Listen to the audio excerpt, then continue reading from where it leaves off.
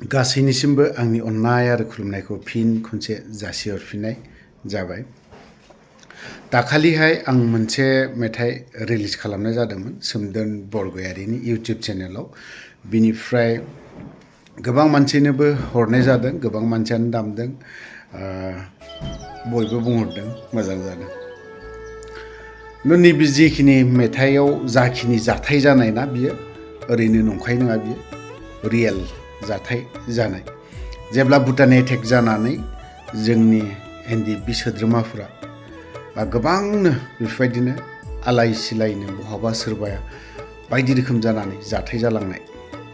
थ' नैबे रैसोम बेलारोम आरो जिउ राजा बिथांमोनजों आं थाबोफानो मोनदों। सानसे समाव आं बेलारोम बिथांमोन सारमोनखौ 2000 लोगो मोनदों। आं सेकेन्ड बेटेलियनावनो लोगो मोनदों। जिउ राजाखौ आं तिपकायाव जेब्ला 98आव थायो अब्लानि समाव बिथांमोनजों थाफानो मोनदों, लोगो मोनदों आं हजों।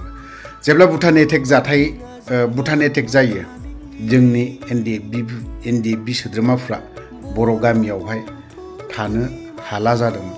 बा एनडिएफबिनि सोद्रोमाफोरखौ दोनबानोना बै बेक्तिफ्राना, बै सुबुंफ्रा बैफोरो नागिरोमोन न'खर फारसेबो, न'खराबो हेरेसमेन्ट होयोमोन। अब्लानि समाव बिथां साथामखौ बुंदोंमोन ओंखारबानो, माने जेराव जिउ राजा दङ, जेराव बेलारोम दङ, जेरावहाय रैसोममोन दं होनना खोनाब्लानो सुथुरफ्रा होसोयोमोन, नागिरहैयोमोन, बेफोरबायदि अबस्था। अब्लानि समाव बिथांमोनखौ सार रन्जन दैमारिया बुंहरदोंमोन जुदि थानो हायाब्ला फैदो ओरैहाय बारबोदो, बिदि होनना बुंनायावहाय ओरै काजिगाव जानानै बिथांमोना थांदोंमोन। मोनसे मुस्लिम न'खराव हरसे थानानै दैखौ बारनो होनना थांनायाव बै दैयावनो सुइसाइड जानाय ना। बे जाथायखौ लानानै आङो सार रन्जन दैमारि खुगानिफ्रायबो खोनाबाय, आरो ओमफ्राय गुबुन सासे जोंनि बै समनि आर्मि चिफ सारखौ आं मुं मख'नो सानाखै, बै सारनि मुंखौ बै सारनिफ्रायबो जों खोनानो मोनबाय। ओमफ्राय आरो जेब्ला आं हजोंनिफ्राय बारबोयो अब्लानि समाव बारबोनानै बै बेक्तिफोरनावबो एसे एसे सुलु लानानै आं बे मेथाइखौ एसे खालामनाय जादों, लिरनाय जादोंमोन। मालाबा हराव गोसोखाङोब्ला, हारसिंनो गोसोखाङोब्ला गाबनो ओंखारो, दुखु नाङो। दाबो बे मेथाइखौ खनहोनानै लिरनानै गाव हारसिंनो दुखु नांबाय थायो। माब्लाबा गावनि सेनियर लोगोफोरखौ बा सेनियर सारफोरखौ बिथांमोननिफ्राय जाखिनि बोसोन मोननाय, बिथांमोननि जाखिनि बाथ्रा बुंनाय, आरो आं दाबो बुंबावगोन सार रन्जन दैमारिया आंखौ फोरोंदों। जेब्ला जेसेबां पलिटिकेलनि बाथ्रा बुंनाय रन्जन दैमारि सार बेखिनि बाथ्राखौ फोरोङामोनबा बा बुङामोनबा, पलिटिकेल पार्टिखौ जुदि बाथ्राखौ बुंनो रोंनाय नङामोन। बि सारासो आंखौ, दाबो आं थैजासिम बावनाय नङा रन्जन दैमारि सारखौ, गोसोआव थाबाय थागोन। जेब्लायबो जाखिनि ससियेल मिडियायाव बाथ्रा बुंनाय ना, बुंदावनो रोंलांदों। जाय हक, मोजां जा गाज्रि जा, मोनसे मेथाइ सुजुनाय बेखौ चिरां डिस्ट्रिक्टनिनो बिदा गेदेर कलेन नार्जारि बिथांमोन खनदों, आं लिरदों। खिन्थु स्टुडिअ'आबो मोजां, स्टुडिअ' जुदि खननो मोननाय मोनबालाय मोजां जागौमोन। खिन्थु जाय स्टुडिअ' खननाय, माने जों जेरैबायदि न'आव थायोना बेफोरबायदि एकदम ओरैबायदि सिम्पोल, ओरैबायदि अबस्था गाज्रि स्टुडिअ'। बे स्टुडिअ'आवनो माब्रै जायो जाथों खन, बिनि सायाव हगारना होनाय जादों। थ' खोनासंनानै लानि बेसेबांबा गोबावनि उनाव दोंसे मेथाइ लिरनाय नाजाबावदों। बेबाराव सुबुङा चिरां डिस्ट्रिक्टनिनो, बेखौ लानानै आं नाजादों। नामखौ आं बिराद मोजां मोनदों आरो गोसोखांदों, आंनि हाबो बिराद मदद खालामदों। बै बेक्तिखौ लानानै आङो नाजाबावगोन। खोनासंनानै लानि मेथाइखौ।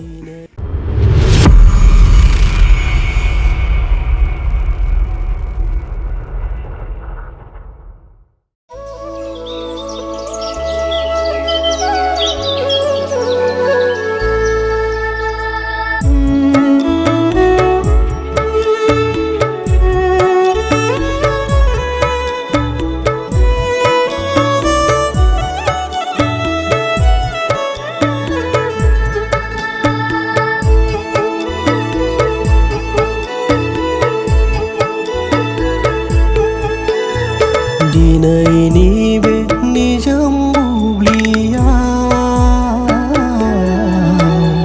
गोसोखांदों आङो नोंसोरखौ। बुरलुंबुथुर दैमाखौ दिङाजों बारलांखालि बुरलुंबुथुर दैमाखौ दिङाजों बारलांखालि रैसोम बेलारोम जिउ राजामोननि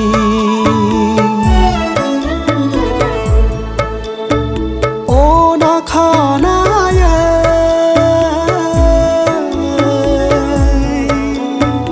जिउ गाथांनायखौ सुथुरनि गुलिजों खास्रि बिस्रि थैनांनायखौ दिनैनि बे निजोम बुब्लियाव गोसोखाङो आङो नोंसोरखौ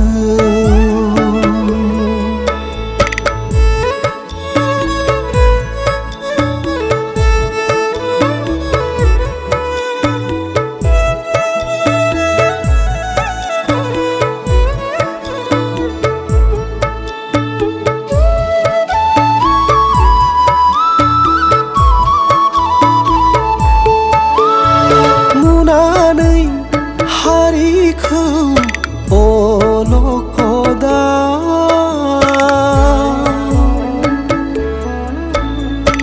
बारसोमदोंमोन जोङो बयबो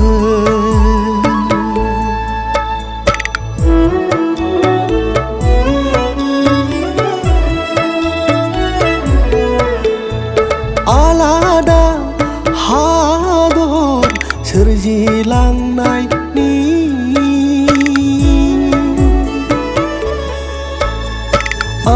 आवगायलांदोंमोन जों खौसेयै दोंसे लामाजों मेगन गोसा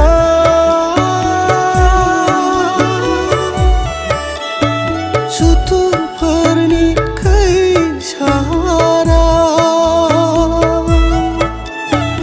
गोग्लैफ्रांगारना सहैया गोसैजों बै थांखियाव सहैया गोसैजों बै थांखियाव दिनैनि बे निजोम बुब्लियाव गोसोखाङो आङो नोंसोरखौ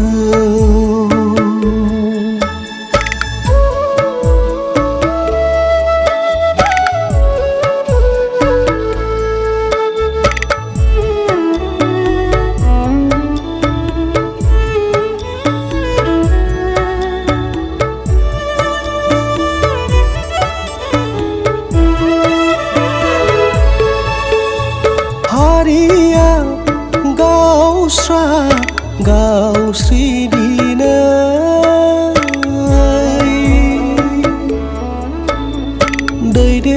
दैदेनगिरिफोरा खानासै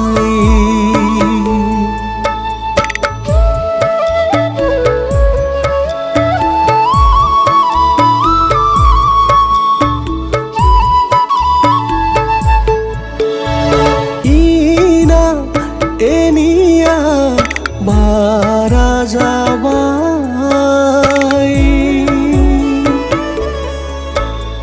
जोंनि दुखु रावबो बुजिला मोनथिला जोंनि दुखुखौ बोरै सहायगोन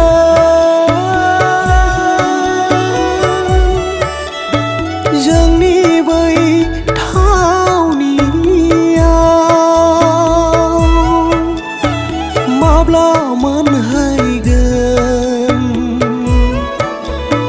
जोंनि बै थांखिनि गोजोन फुरियाव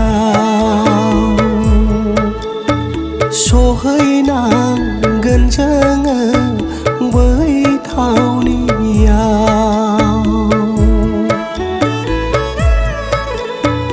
दिनैनि बे निजोम बुब्लियाव गोसोखांदों आङो नोंसोरखौ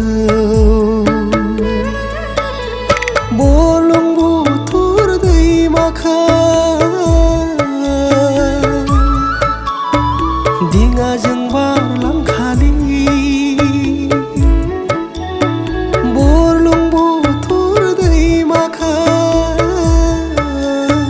दिङाजों बारलांखालि रैसोम बेलाराम जिउ राजामोननि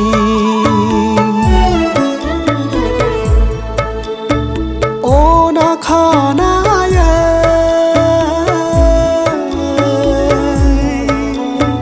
जिउ गानांनायखौ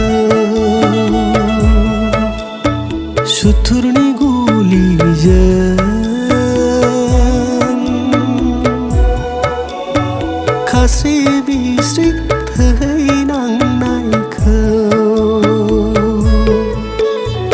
दिनैनि बे निजोम बुब्लियाव गोसोखाङो